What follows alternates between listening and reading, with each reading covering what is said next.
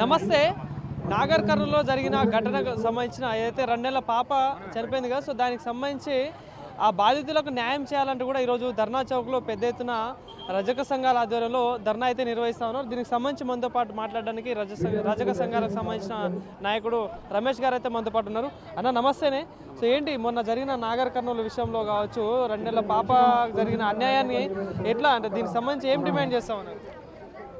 ఏదైతే గత 18 రోజులుగా జరుగుతున్నటువంటి ఈ పోరాటం పైన ప్రభుత్వాలు ఉన్నాయా, ప్రజాప్రభుత్వం అని చెప్తున్నటువంటి రేవంత్ రెడ్డి ప్రజలకు న్యాయం చేయలేనివంటి నాయకుడు ఈ రాష్ట్రం పరిపాలించడం మన దౌర్భాగ్యం.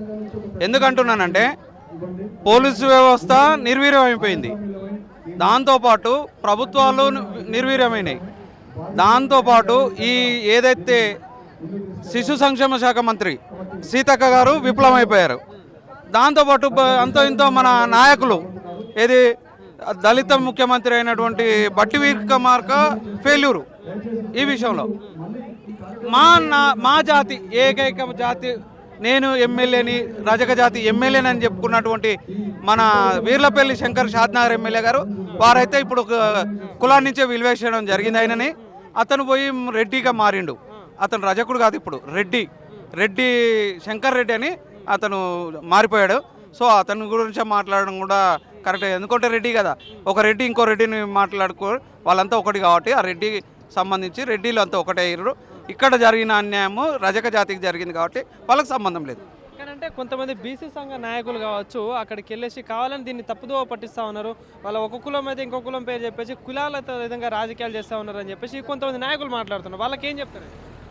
ఒకటి దీడ గుర్తుపెట్టుకోవాల్సింది ఒకటే, కాంగ్రెస్ అంటేనే కులాల స్విచ్చులు పెట్టే పార్టీ, అది నగ్న సత్యం. అది కాకపోతే ఏంటంటే మన దౌర్భాగ్యం ఏంటంటే మన ప్రజలు ఏం ఆలోచించరు,